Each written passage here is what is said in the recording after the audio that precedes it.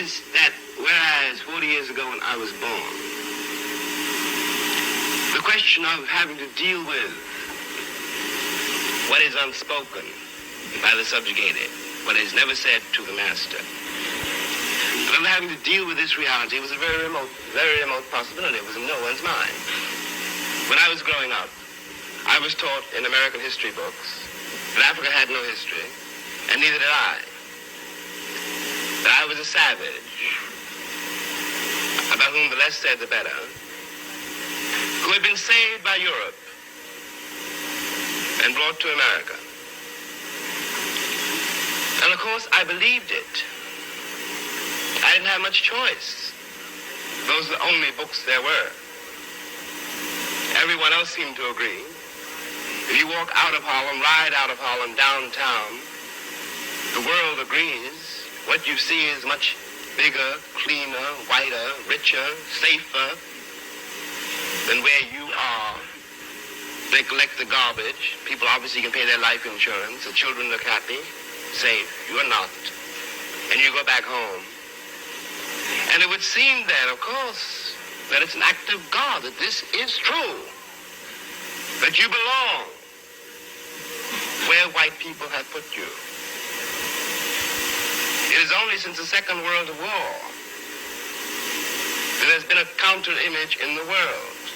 And that image not come about through any legislation on the part of any American government, but through the fact that Africa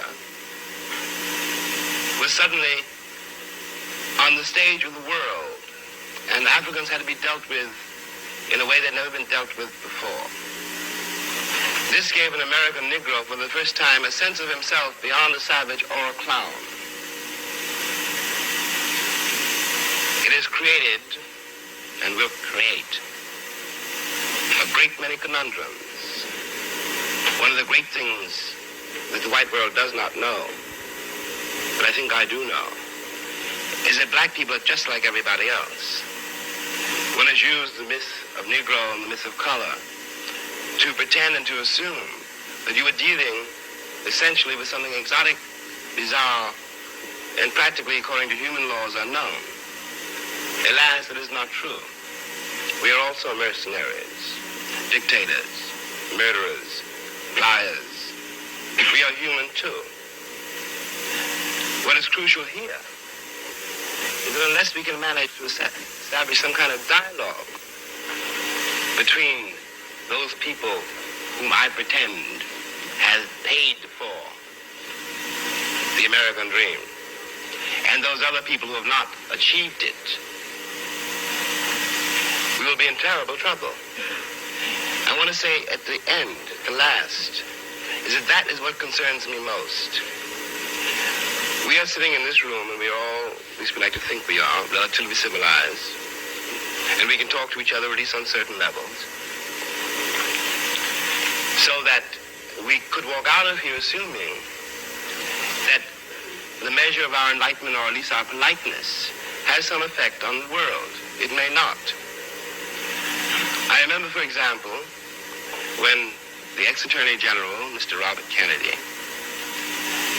said that it was conceivable that in 40 years in America we might have a Negro president.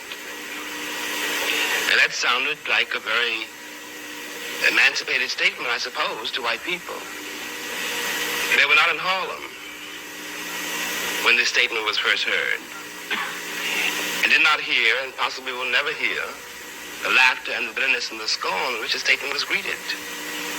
From the point of view of the man in the Harlem barbershop, Bobby Kennedy only got here yesterday. And now he's already on his way to the presidency.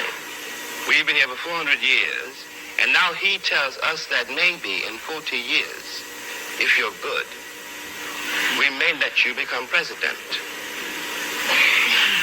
What is dangerous here is the turning away from anything any white American says. The reason for the political hesitation in spite of the Johnson landslide is the one that's been betrayed by American politicians for so long. And I'm a grown man, and perhaps I can be reasoned with. I certainly hope I can be. I don't know, and neither does Martin Luther King, none of us know how to deal with those other people whom the white world has so long ignored, who don't believe anything the white world says and don't entirely believe anything I or Martin say. And one can't blame them. You watch what has happened to them in less than 20 years. It seems to me that the city of New York, for example, this is my last point, which had Negroes in it for a very long time. If the city of New York were able, as it has indeed been able, in the last 15 years to reconstruct itself, tear down buildings and raise great new ones, downtown and for money, and has done nothing whatever except build housing projects in the ghetto for the Negroes. And of course the Negroes hate it. Presently the property does indeed deteriorate because the children cannot bear it. They want to get out of the ghetto. If the American pretensions were based on more solid, a more honest assessment of life and of themselves, it would not mean for Negroes, when someone says urban renewal, that Negroes simply going to be thrown out into the streets, which is what it does mean now. This is not an act of God. We're dealing with a society made and ruled by men. If the American Negro had not been present in America, I am convinced that the history of the American labor movement would be much more edifying than it is. It is a terrible thing for an entire people to surrender to the notion that 1/9 of its population is beneath them. And until that moment, until the moment comes when we, the Americans, we, the American people, are able to accept the fact that I have to accept, for example, that my ancestors are both white and black, that on that continent we are trying to forge a new identity for which we need each other, and that I am not a ward of America. I am not an object of missionary charity. I am one of the people who built the country.